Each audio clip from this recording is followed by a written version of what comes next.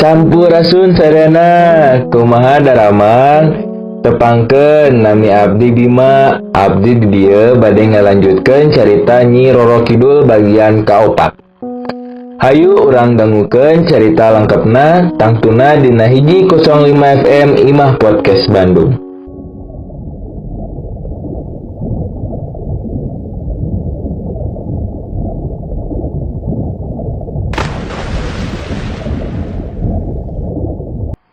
Prameswari kadua Dewi Sranginge akhirna ngarerep di patapaan.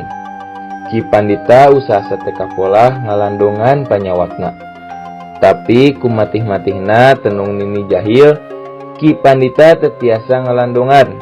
Aya ari pituduh ma eta oge, pituduh ngeunaan jalma anu julikna. Eta dua istri kacida ngarumasna, tuman hirup di karaton sagala nyampak. Ari ayeuna di patapaan sagala eueuh nu ngaladenan acan. Eta nu salawasna jadi emutan Prameswari, utama nama nasib putrana kapayunah.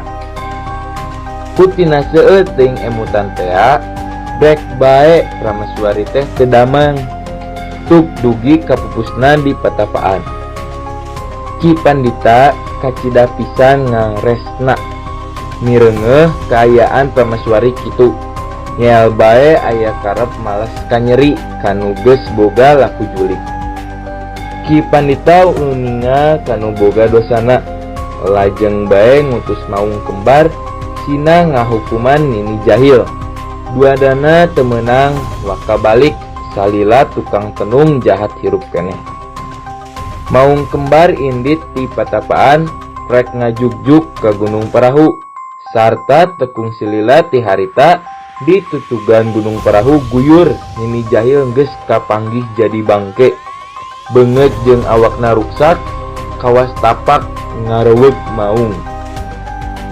Di kantun pupusku ibuna, Dewi Sranginge kacida pisan sedihna, raosna teu aya deui batur pakumaha.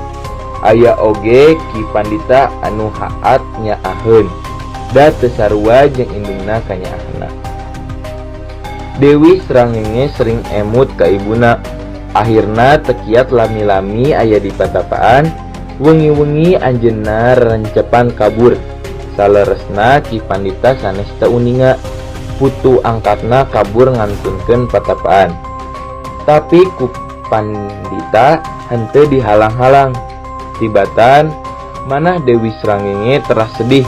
Emut bae kanu tos ngantunkeun. Mending antep sina milari pangalaman. Saha anu teu terang Dewi Sranginge teh bakal pinanggih jeung kabagjaan.